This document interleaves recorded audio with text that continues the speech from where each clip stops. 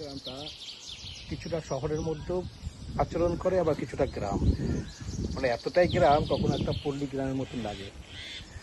তো যারা দত্তপুকুরে থাকে তারা তো জানেই, যারা দত্তপুকুরে থাকে না তাদের উদ্দেশ্যে কিছু একটা ভিডিও করা। অসাধারণ গ্রাম্য প্রকৃতি এখানে বিদ্যমান, একটা নদীও আছে, কিছু মানে জলাভূমিও আছে, তার সাথে সাথে এরকম গ্রিন সবুজ আর কি জমি, আম চাষের আম বাগান, লেবু বাগান। তো দেখাচ্ছি, ভালো লাগলে ভিডিওটাকে শেয়ার করবেন। আর যদি স্পেসিফিক দত্তপুকুরে কোনো জায়গা দেখতে চান তো সেটাও আমাকে কমেন্টস করে জানাবেন, আমি আমার মতন সাধ্য মতন আমি চেষ্টা করব তৈরি করবার। আজকে দেখুন দত্তপুরের একটা ছোট্ট বালিশা থেকে বিরা স্টেশন যাওয়ার সেই রাস্তাতে কত সুন্দর গ্রিনারি আছে।